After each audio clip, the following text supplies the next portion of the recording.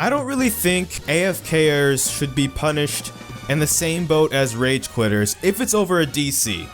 And granted, I've never really personally been banned or like got a leave buster or anything like that for those that matter, but I know people who have been in that situation, and I think it's just kind of sucky the idea behind why it's okay to punish them the same way. I tried talking to Ghostcrawler about it, for example, and the community in general kind of have the same ideas that I just think are bad. I think they're just bad opinions. That's just how I feel about it. And I'll explain what I mean.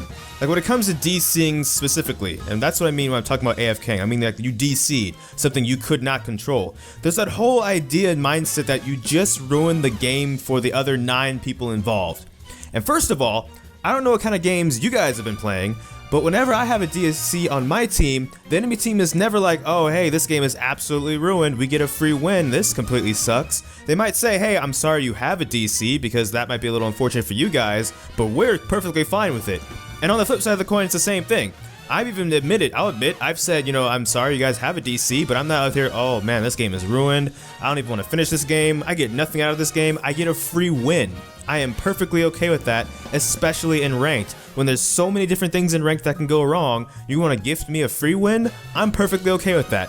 I do not think that thing is actually an ideal. It does exist. The community for some reason thinks it. And like I said, I talked to Ghostcrawler on his Tumblr Ask Q&A. He's even said it in his post, but it's not an actual thing. There aren't really...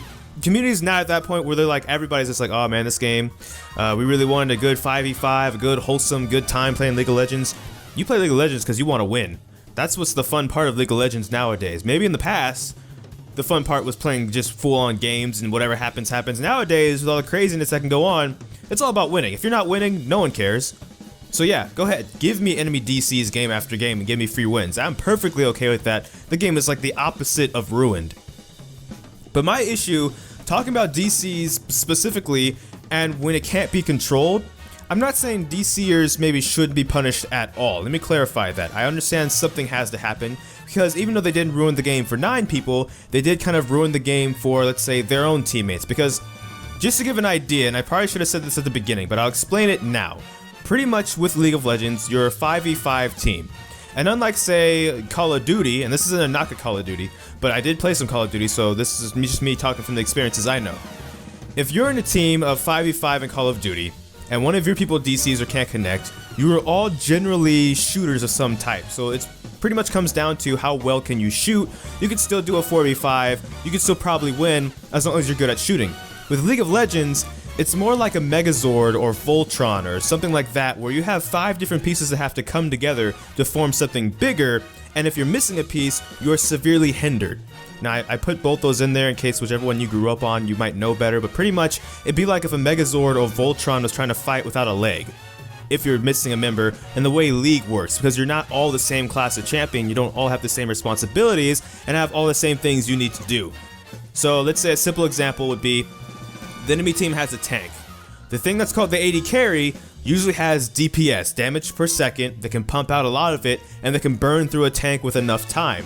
So if you're AD carry DCs against an enemy that has a tank, suddenly you're going to have a lot harder of a time killing that tank, because the other classes on your team aren't designed to kill tanks like the AD carry can.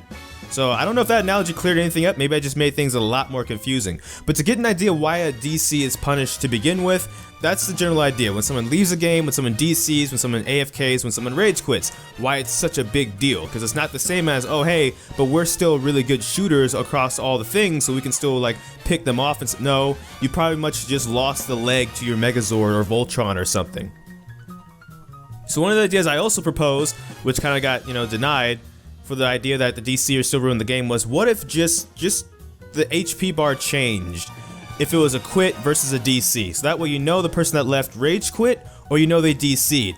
And the reason I proposed this idea was maybe, with the toxicity that the community complains about, maybe there would be a little bit less of it if there's a little bit more mercy in that sense. Like people that were like, hey, I'm not happy that my teammate DC'd, but I can clearly tell it's a DC. Their HP bar is grayed out, meaning they're completely disconnected from the game, the server, the computer, whatever, and they didn't just rage quit on us, right? They didn't just go die and be like, forget this game, I'm out, have fun. There may be, power outage or something happened, and that's the reason they're gone.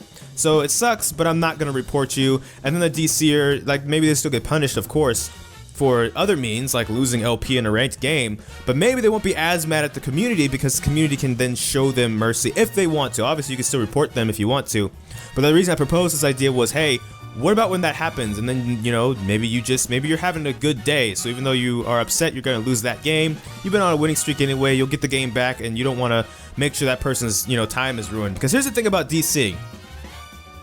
They say you ruin the game for the other 9 people, but if you've DC'd, in my opinion, the game's also ruined for you too. I don't know a single person who's DC'd, not rage quit or AFK that way, but DC'd and been like, I woke up this morning because I just wanted to DC in a game of League of Legends and cost my team the game. Oh, by the way, whenever I do reconnect, I might have Leave Buster, I've lost some LP, and the game's been ruined for me too. You know, so that's just my thinking on this whole entire idea. But I get that might not be the route to go, which is a little bit iffy on me personally, because here's the thing. Whenever it's Riot's fault that you disconnect, it's a server issue on their end, you're still gonna get punished for DCing no matter what. When you're in a game and they decide to do maintenance in the middle of your game, so you're stuck and they're attempting to reconnect screen forever, and the only way to fix anything is to in fact leave the game, in which case then they got you, you press exit game, you officially quit the game, now you can be punished for quitting the game. You know, Riot doesn't get any punishment for that, do they? It's just whoops, well, whoops, sorry. Not even really a loss prevented. Too bad, oh well. Moving on, kind of thing, right? Whatever. But here's the thing. If we can't do anything for the DCing people, the people that just couldn't control what happened, which I can ultimately understand if I stop being salty for a second, what about doing something for the people who the game did get lost for something they couldn't control, their teammate AFKing? What if that Megazord without a leg, or Voltron, whatever, something could be done for those players, right? If the idea is the game was ruined for X amount of players, what if you could, hey, it's a ranked game, we're losing literally because our AD carries AFK, like, we can't do anything about this. The way the game's designed, the game's just kind of over. We kind of just have to roll over and die, and that's just kind of it.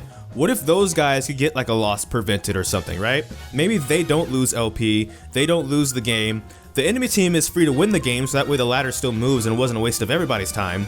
But what if they could, in fact, just be like, hey, you know, it's like the game kind of never happened because of something we couldn't control anyway? Because that's the bigger one for me, even though I spent most of this video talking about the first one. This is the bigger one for me, because here's the thing. If you check like OPGG or any of those sites and they're always like, hey, your MMR will continue to tank unless you improve your play, and you look in your match history and like 3 out of 4 games, let's say one game was actually completely your fault, and you go, you look at the review, you look at the replay, you see what you could do better, you do those things better for the next 3 games, but then you get like 3 DCs in a row one way or another, and then you're like, well, I can't improve my play. I guess it just feels like a little bit of a spit in the face, only because you can't improve your play and something like that because of the way the game is designed.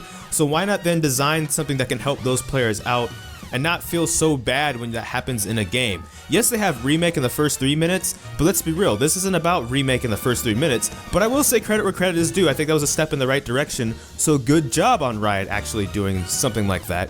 But I think something more needs to happen for when those situations happen, because it's just super unfortunate to lose a game like that, and then it's always, oh, well, if you improve your play, you'll climb.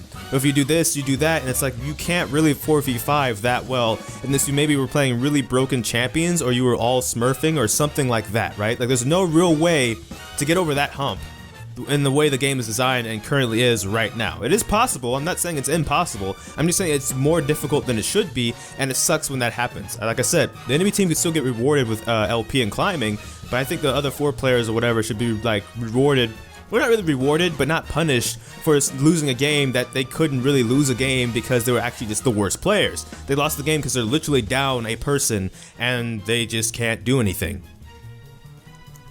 And ultimately I'm making all of this because I don't know what is wrong with me lately, but I've been on a kick about player satisfaction lately. Whether it's about hitboxes on champions or the toxicity, I don't know what, maybe I've just had too much free time to think, but both of these ideas stem out of maybe reducing toxicity. This isn't gonna like cure toxicity in the game overnight, but when I look at toxicity, those are 2 of the bigger sources that I see people talk about where it comes from. Obviously the biggest one being just flaming in general. That could be a video for another time, but for this specific video, I'm thinking if we could just do something about DCing one way or the other, that might help.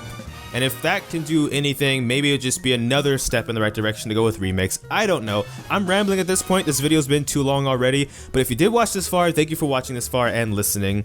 Feel free to like, comment, and subscribe. Specifically comment with your own ideas on the matter, your own opinions, your own solutions for DCing versus AFKing and Rage Quit, and if you think they should be punished in the same boat, or if you think they should be punished in two separate boats and not considered the same, like they currently are. But that's all for this video. I don't know which video will be next, because life can be quite a mess. So until next time, take care from the Fire Guy FS.